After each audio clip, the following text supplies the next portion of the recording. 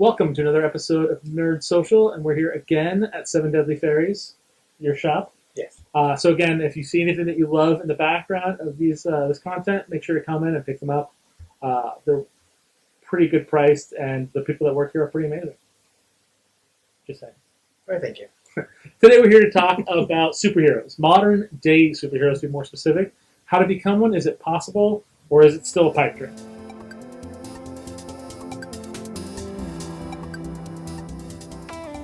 With me, we have our panelists. RJ Parsons. Jensen, Wilhelm, Automotive Technician. Clideen, Karami, a pop culture expert. Stephen Boyd Morales, costume and wardrobe designer. Awesome. So the first thing I want to talk about is we're going to get into the nitty-gritty, the thing you're really here to see, and that is superheroes. But first, let's talk about a little bit more of a realistic topic, and that is street-level vigilantes. Talking about, like, just fighting people in the street, not flying around, no superpowers. This is not a concept that is unheard of in the United States. Just so you know, there are currently at least 33 confirmed people walking around in masks and superhero names in at least 12 states. Now, there's most likely a lot more, but that is a definite that those people exist and have been confirmed, have been interviewed, and have been spotted walking around, who basically do things to help out their community. Some of them wear their costumes to help the homeless, delivering food, socks, clothes. Other people use it to stop people from attacking the homeless, from insulting them, or even some of them go as far as stopping drug dealers and muggings. So, I mean, this is something that isn't unheard of. So we're not telling you that it's impossible to become one. We're just going over how to become one if you wanted to for some reason. Starting off with, let's talk about what it takes to be a hero/vigilante. What do you think? What do you guys think? I think you have to be sane. And I know that sounds funny, but there's some crazy people out there that will just put on a mask and just think they're a superhero or vigilante. But I think you have to be in the right mindset and not do it after like something drastic happens in your life and you need to like compensate for something. But I also think you need to be like brave and be confident in yourself for sure. So you think if you're insane, it takes away from the fact that you're running around trying to be a hero? I think if you're insane, a vigilante can literally be a vigilante and start like doing crazy stuff that goes against the law. So you're no longer a hero if you're doing things against the law, though. No, or you're just like a crazy vigilante, like kind of like when you watch all the cheesy like DC shows and they're just like he's a vigilante because he like blah blah blah. Because he shoots people and kills them with he arrows? shoots them in the face, yeah. And an arrow, it's like he kills people, he doesn't kill people. He kills people, he doesn't kill people. So it's like one of those things. Heroes are typically kind of one screw loose. Like Bruce Wayne's like, I got a shit ton of money. You know what I'm going to do? Punch homeless people. Yeah, I'm going to fly in and get shot at. That sounds like a pretty good night for me. Like no thank you. Well, just to give you an idea, in Nevada, Las Vegas, Nevada, there is actually a gym that has been founded up by a group of superheroes called the Superhero Foundry. You can go there. They do training, knife throwing, axe throwing, like physical training to make you stronger, combat training, things like that. So if you live in Nevada and you have a lot of money and you want to become a superhero, or no, vigilante, sorry. The plus side is no weights over 5 pounds for the people that would show up. I can't imagine anybody going, yeah, I'm going to be a superhero. Like, I honestly think Dave Bautista could become a hero right now if he wanted to. Man's built like a train. I think you'd also have to look at the idea of the psychology behind the guy doing it. You don't want somebody in there that just rushes in, makes a snap judgment, and punches somebody in the face because he sees two people arguing and decides, it's probably that one because he looks meaner. I mean, that's actually happened in the past with these street-level vigilantes that run around, where they've basically made the situation worse. So the two most famous ones that you might have already heard about were Phoenix Jones in Seattle, Washington, and Shadowhair in Milford, Ohio. They're the ones that got the most attention and media coverage over the last 10 years about being vigilantes or superheroes when the movies just started coming out, like Iron Man and things like that. So Phoenix Jones actually got in trouble once because there was some talk about the fact that he sprayed mace at protesters. He claimed that they were planning on blowing up the State House. I'm not here to judge Phoenix Jones and his choices, but That kind of goes back to what he said about sanity. You know, what made him think that they were going to blow that up? okay. So to go into a little more detail, what he said he infiltrated them and overheard them talking about it. And when he showed up to stop them as Phoenix Jones, they started throwing sticks at him, and then he basically fired the mace at him. But so I mean, that situation, if they're throwing sticks, do they really have a bomb? That's the best you could find. I'm just saying. But I mean, like that's kind of the way these things have fared in the past. I mean, they haven't really been great. Phoenix Jones has been shot and stabbed. Shadow Hair dislocated his shoulder trying to stop a mugging. I mean, it's realistically being a superhero in modern day. It's just constantly bruising your body, destroying it more than even football players do, and they really hurt themselves. So, what kind of medical insurance do they have? I can't imagine they do. Vigilante insurance. Like, do they take your mask off in the hospital? Like, You're how gonna do they need your bill medical you? card.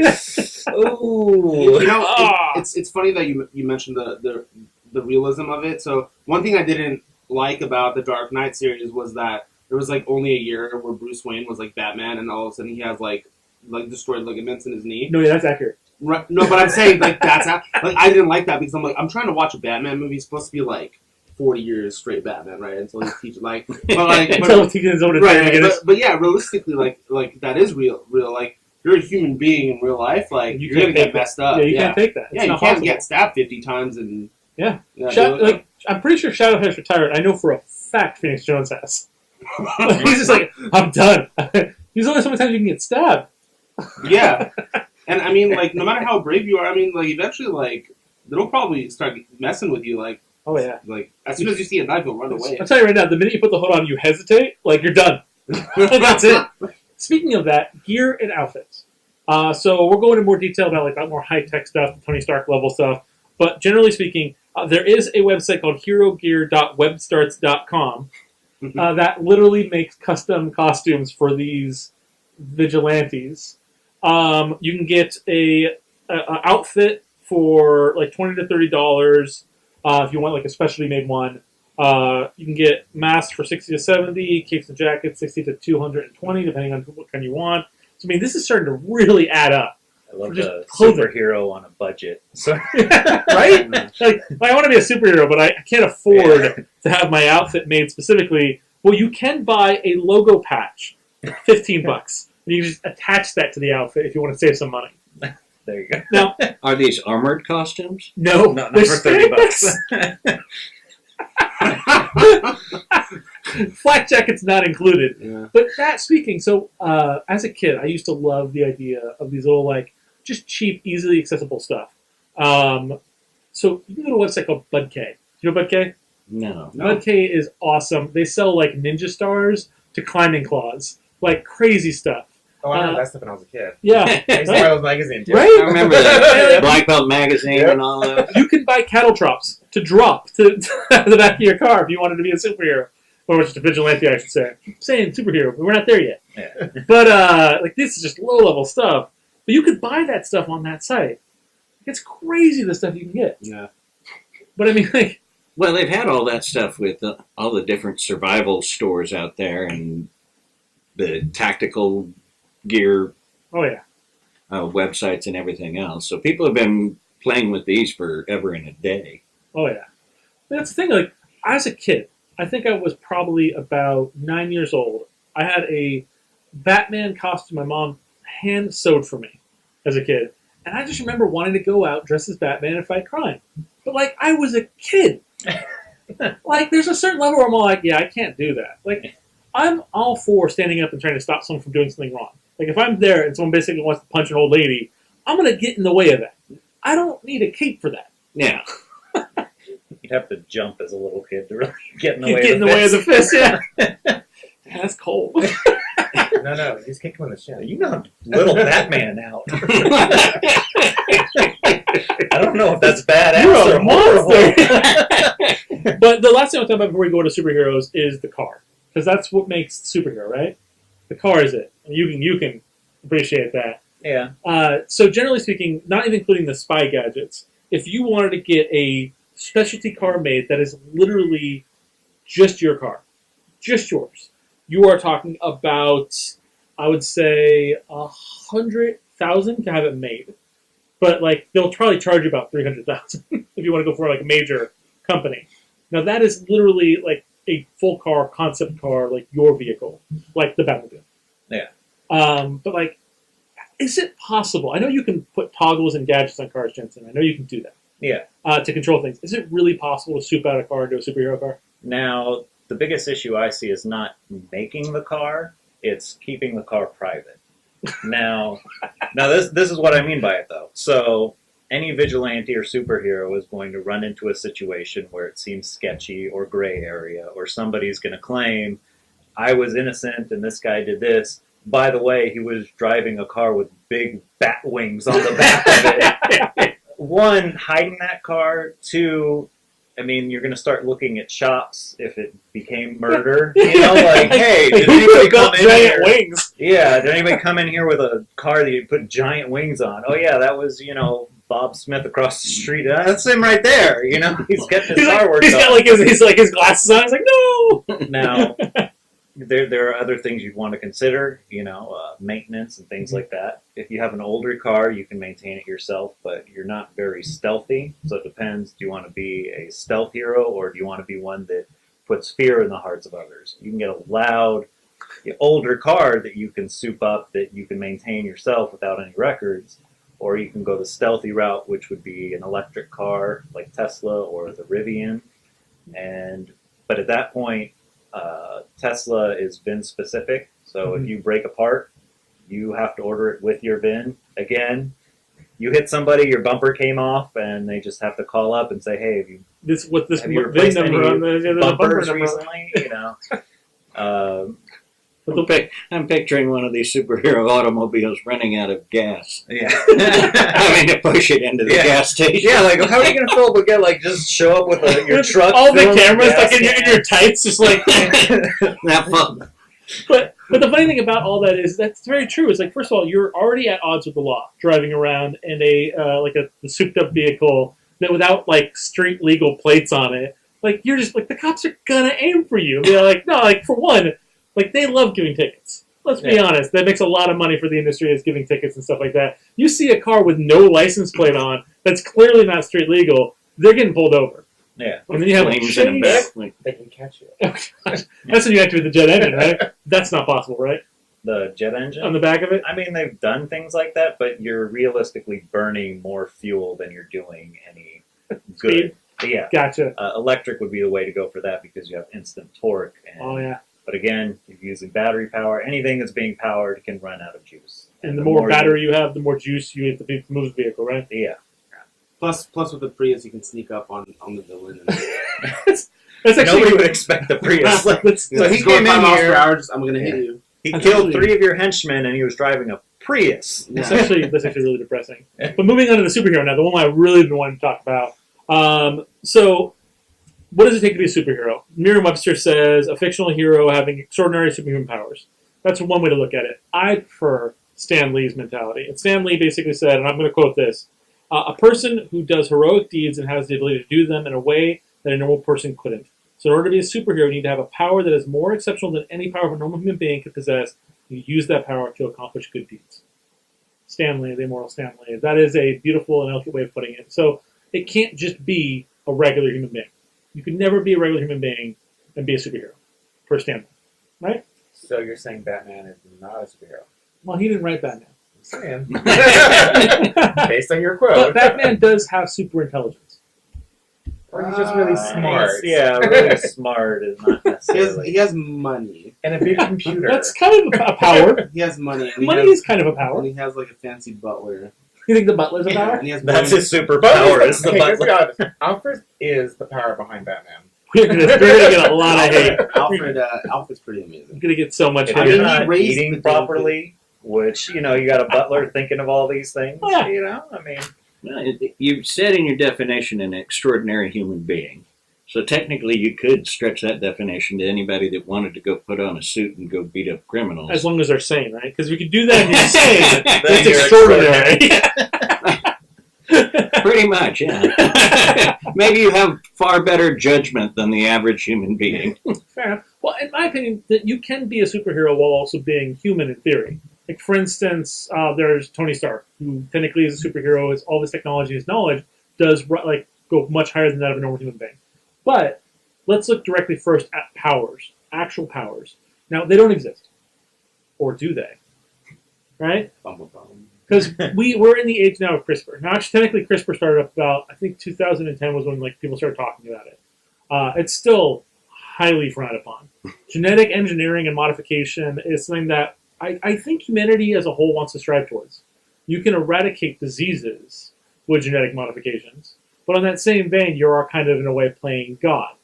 And society as a whole has a major problem with that. It's like, wait, you want to do what now? Well, the logistics is what kind of ruins that kind of dream, because CRISPR would have to come out with a press statement, hey, we're going to have a superhuman in like 18 years, so watch out, nobody's going to get behind that, Lots of countries tried to start banning the concept and practice of CRISPR in 2015. Like, they were doing like the conferences about it, like medical conferences being all like, this needs to be stopped.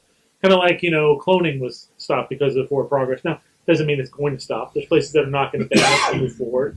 For instance, recently there was a Chinese researcher that had twins. Not his kids, it was someone else's kids. And he used CRISPR technology to edit their genetic code, and he kept it hush-hush until it was actually done, and people are just uproar. Because one, he did a shit job. Just a real shit job. And two, how do you not tell, the world and the community you're doing something? You're just, pulling a fast one on everybody. But, hypothetically speaking, there is a way in which you could use this technology to splice maybe other species' DNA in, prolong lifespan, toughen skin, increase muscle mass. So there is a way, in theory, if we knew better, to do this. So here's the thing. I'm a very big believer in letting nature take its course and all that. So first of all, realistically, let's state the fact. We don't know how our bodies will react to this modification. So not only will it take 10 to 20 years to probably figure it out and perfect it, but even after that, when you go to the doctor, right? And let's say you do you get your wisdom teeth taken out, right? Are you gonna die from getting your wisdom teeth taken out? There was a time, right? But even now, most likely not. But there's that 0.0001%, and that's because no one will ever know how every human being on this planet will react to something. So genetically modifying, great, maybe it'll take to some people, but you don't know the long-term harm if there's something successful and then 10 years down the line you lose your eyesight or something, something crazy. Well, we actually had a discussion in another group of friends recently, and the idea is if it was a 10% chance that you would die or you would gain the ability to fly without use of wings, just fly, levitate, would you do it? Hell yeah. 10% chance. 10% chance you die. How old am I at this point? You're this age. 27? I live a good life. Why not? 10% chance to be a superhero. Would I die instantly? Well, if you get 10%, let's I say don't think it's you super bad. become a superhero just because you can fly, because you still got to work a job. And you got to be a good guy. Because Stanley says you have to do for the betterment of humanity. I'm saving the Earth. I'm not even fumigating it with my car anymore. I'm just flying. You are That's a doing really good. low-level expectation of a superhero. I don't drive. Captain Planet. Yeah. The next part, the last part I want to talk about superheroes has to do with technology. That's about specifically the smarts, the Iron Man. Now, this is not a world in which we have not created something similar. We have 3 different suits that have existed recently that kind of fit the bill, but they're separate. So, for instance, there was a man in Canada who recently actually passed away. His name was Troy Britibies, I think, who created a bear-proof suit. Literally, a bear couldn't kill you if you're in this suit. So that's armor. Bear is that's my level of expertise between street brawling fights. How did he prove that? He tested on himself. He actually won against an IG Nobel Peace Prize, a Nobel Prize, not Peace Prize, the Nobel Prize for basically putting himself in the suit he built and going with a bear, and the bear couldn't kill him. The bear literally tried to and bashed him around, but the suit was bear-proof. Was the suit? It was big. It was a big suit. Practical. You couldn't drive is to Iron a scene. Man practical? In a bit way. more, yeah. A bit more, but have a Mark 1. let's be honest. Like, this guy was starting out before he died. Yeah. I mean, he was actually planning on making more and more suits as well, but like he did pass away in a car accident actually this year. He wasn't eaten by a bear. He was not eaten by a bear. He Was needed. it bear driving? I don't. Oh, should God. have made a car-proof I suit. don't. I was gonna say, I don't want to be Cowsped because he did recently pass away and he left a family behind as well. But yeah, I mean, it's the mentality is like he was literally building technology that was going to, help humanity, maybe in the most ridiculous situations, but still, like You gotta keep those picnic baskets. That's like Park Ranger suit right there. Hey, boo boo. You're such a monster. And then in India, Vanil Menakandin has recently built a powerlifter suit that can lift 330 pounds like it's nothing. Isn't that what the army was working on? They were Yeah. doing like leg stirrups that were like This suit exoskeleton. costs $750 to make. Wait, can it lift 300 what? 330 pounds like it's nothing. Max? Well, that's just what it can lift right now. But this again, a $750 suit. What's Is the this power something you could source on it? buy? Because Well, you pretty can- cool for a you moving can company. Build it. Right. That's what I was thinking. I was like, But that's a practicality, right? It's so Like, practical. It's I'd right. rather have a moving company that can lift my stuff than a semi-superhero. I'm just saying. But he actually didn't build it based off of the power suit for Iron Man or even for Aliens, which is one thing I thought it was going to be That's what I for. thought of. But he built it because of Avatar. He saw the power suits in Avatar, and he built it based off of like his love of that. That's pretty And cool. he's actually working with the Indian government to more streamline it and make it so that the Indian government can use for their military.